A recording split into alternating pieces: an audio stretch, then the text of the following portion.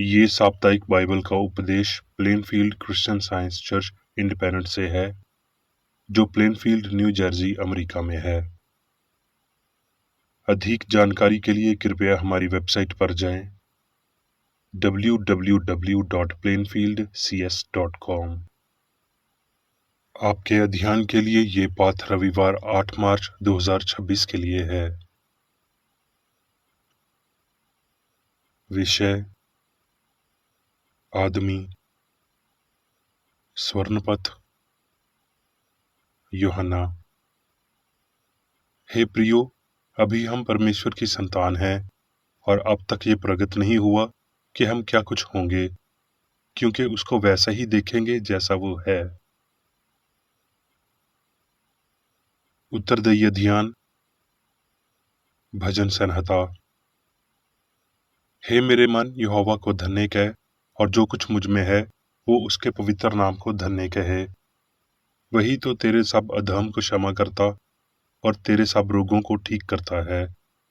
वही तो तेरे प्राण को नाश होने से बचा लेता है और तेरे सर पर करुणा और दया का मुकुट बांधता है। जैसे पिता अपने बालकों पर दया करता है, वैसे ही यहोवा अपने डरवियों पर दया करता है। मनुष्य की आयु घास के समान होती है, वो मैदान के फूल के नियन फूलता है, जो पांव लगते ही ठहर नहीं सकता और ना वो अपने स्थान में फिर मिलता है। परंतु यहोवा की करुणा उसके डरवियों पर युग युग और उसका धाम उनके नाती पुत्रों पर प्रगट होता रहता है, अर्थात उन पर जो उसकी वचन का पालन करते और उसके उपदेशों को स्मरण करके उन पर चलते हैं। हे यहोवा के दूतों, तुम जो बड़े वीर हो, उसके वचन के मानने से उसको पूरा करते हो, उसको धन्य कहो। पाठ उपदेश बाइबल में से। प्रेरितों के काम। स्तिफनस अनुग्रह और सामर्थ में परिपूर्ण होकर लोगों में बड़े बड़े अद्भुत काम और चिन्ह दिखाया करता था। तब उस आराधनालय में से, परंतु उस ज्ञान और उस आत्मा का जिससे वो बातें करता था, वो सामना न कर सके। इस पर उन्होंने कई लोगों को उभारा, जो कहने लगे कि हमने इसको मूसा और परमेश्वर के विरोध में निंदा की बातें कहते सुना है। और लोगों और प्राचीन और शास्त्रियों को भड़काकर चढ़ाए और उसे पकड़कर महासभा में ले गए और झूठे गवाह खड़े किए। प्रेरितों के काम। उसने कहा, हे भाइयों और पितरों, सुनो।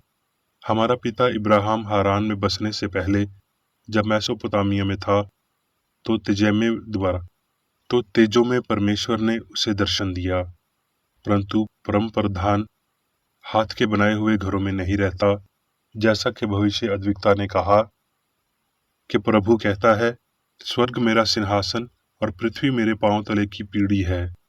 मेरे लिए तुम किस प्रकार का घर बनाओगे और मेरे विश्राम को कौन सा स्थान होगा? भविष्य अद्विकता में से किसको तुम्हारे बाप दादाओं ने नहीं सताया, और उन्होंने उस धार्मिक की आज्ञा मन को पूर्व काल से संदेश देने वालों को मार डाला, और अब तुम भी उसके पकड़वाने वाले और मार डालने वाले हो। तुमने स्वर्गदूतों के द्वारा ठहराई हुई व्यवस्था तो पाई, परंतु उसका पालन नहीं किया। ये बातें सुनकर वो जल गए और उस पर दांत पीसने लगे।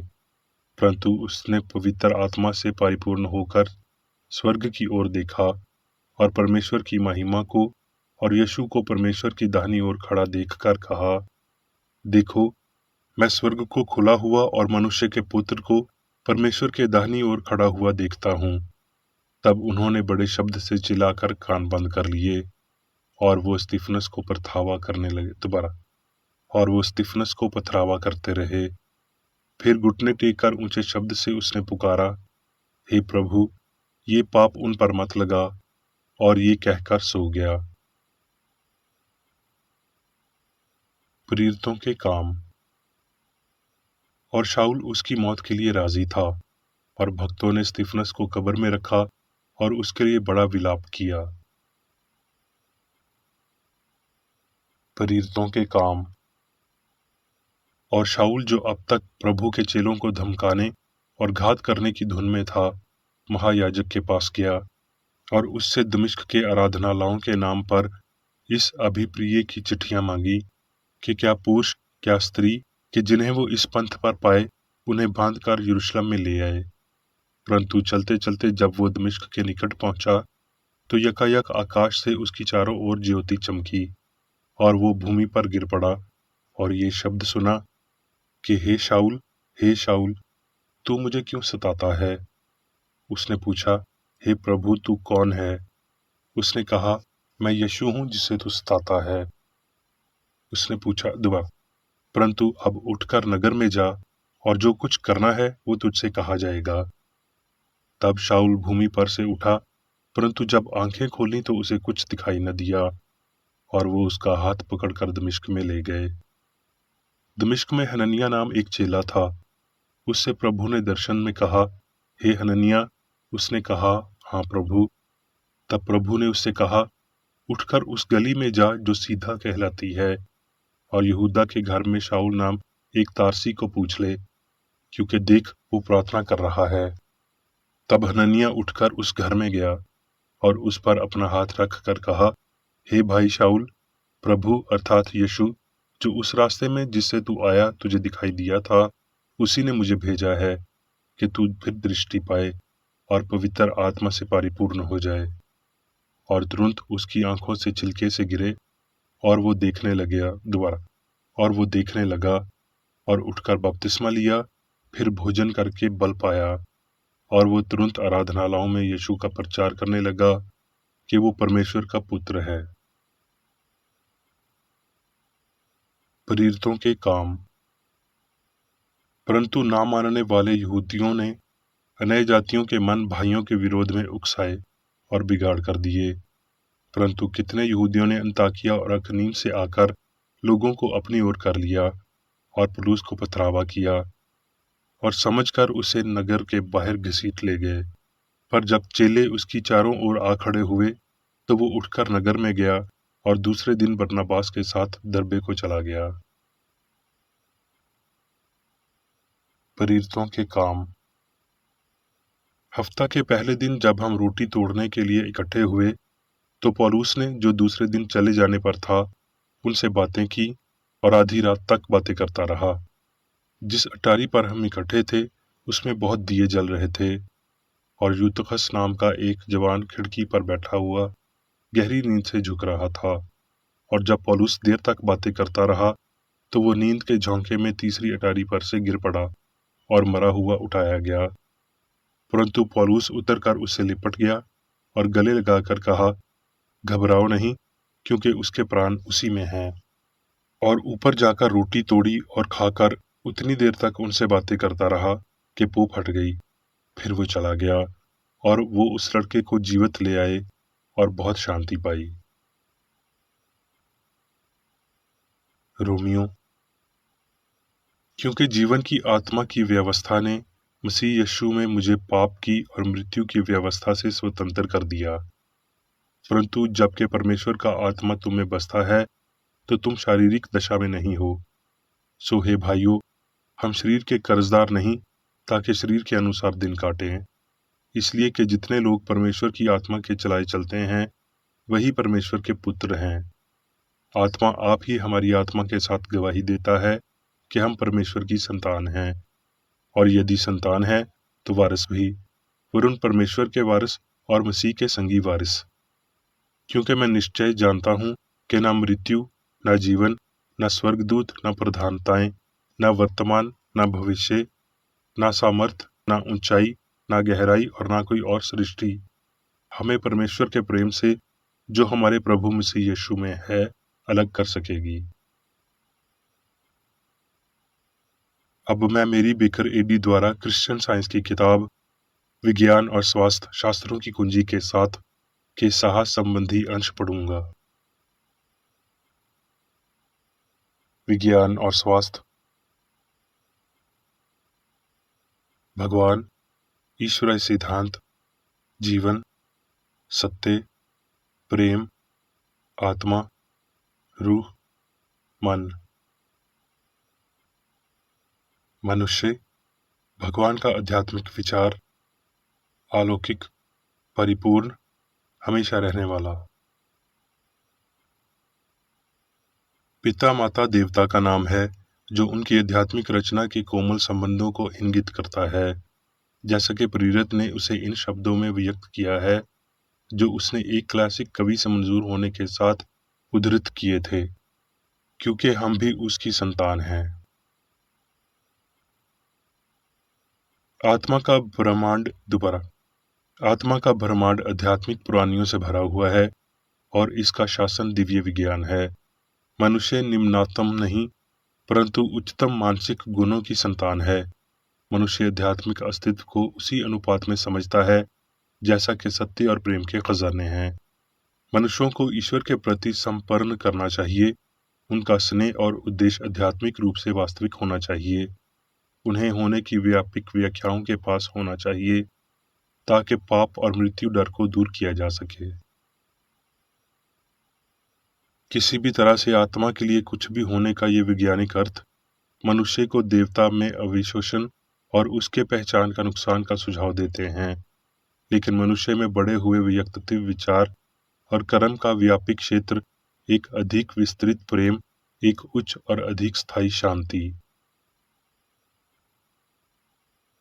इतिहास दुखों तकलीफों के रिकॉर्ड से भरा है।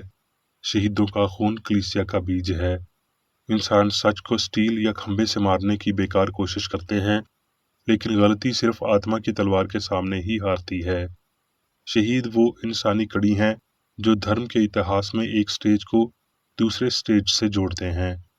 वो धरती के प्रकाशमान लोग हैं जो दुनियावी एहसास के माहौल को साफ और दुर्लभ बनाने और इंसानियत में शुद्ध आदर्श उभारने का काम करते हैं।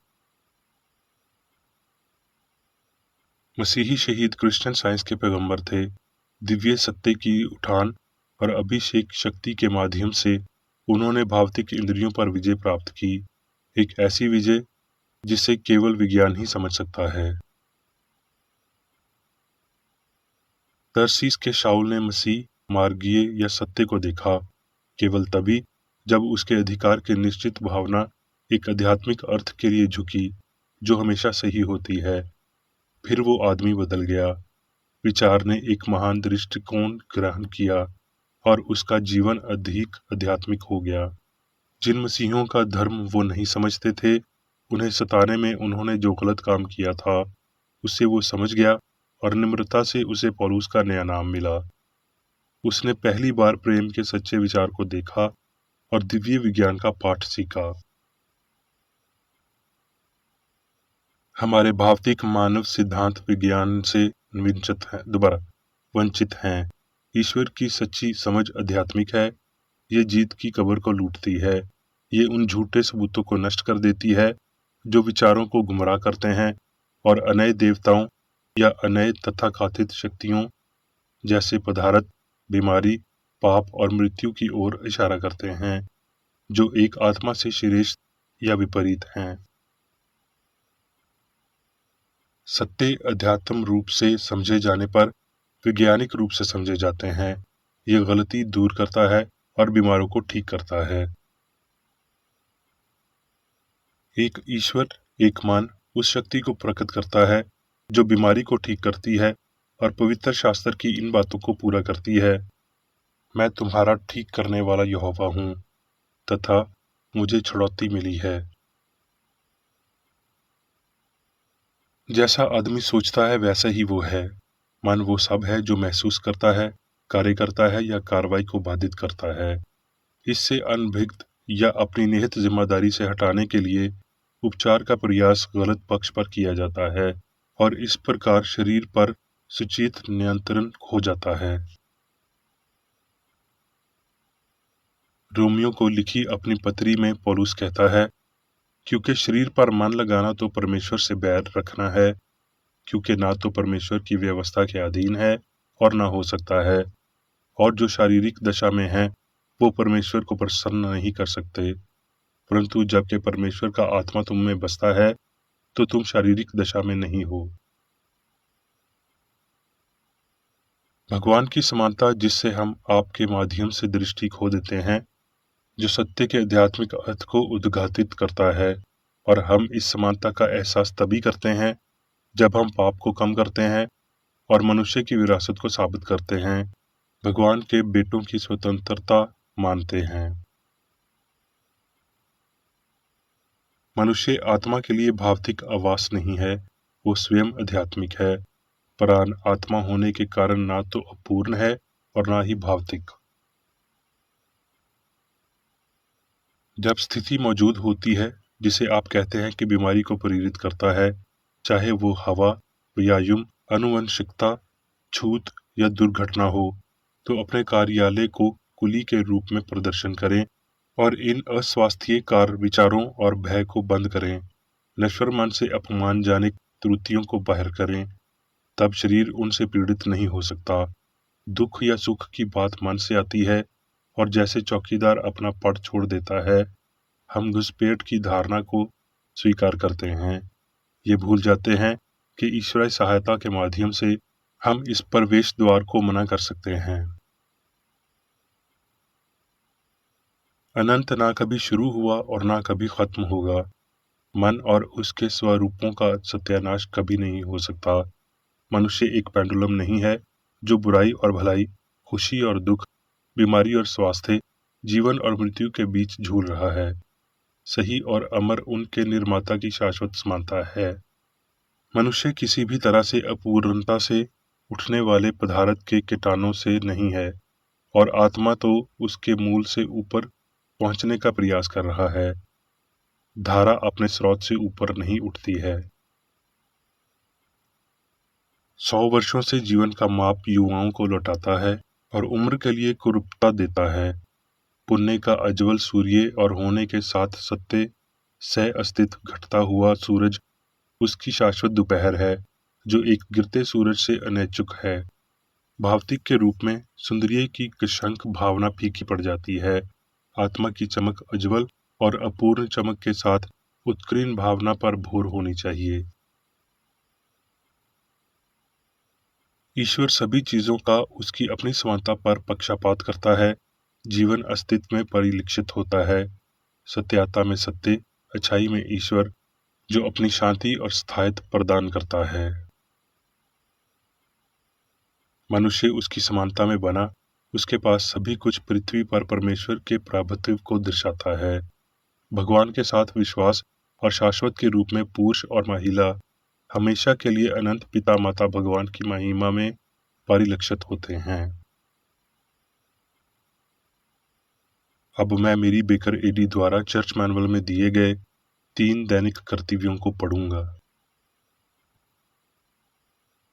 दैनिक प्रार्थना। प्रत्येक दिन प्रार्थना करने के लिए इस चर्च के प्रत्येक सदस्य का कर्तव्य होगा, तुम्हारा राज्य आए, ईश्वरीय सत्य, जीवन और प्रेम के शासन को मुझ में स्थापित कर और मुझ पर शासन कर। और तेरा वचन सभी मनुष्यों के स्नेह को समृद्ध कर सकता है और उन पर शासन कर। आदेशों और कर्तव्यों के लिए एक नियम। ना तो दुश्मनी और ना व्यक्तिगत लगाव मदर चर्च के सदस्यों के आदेशों और कर्तव्यों पर लागू करना चाहिए।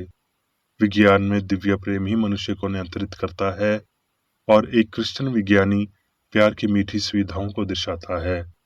प्यार में डांटने पर, सच्चा भाईचारा, परोपकार और क्षमा में।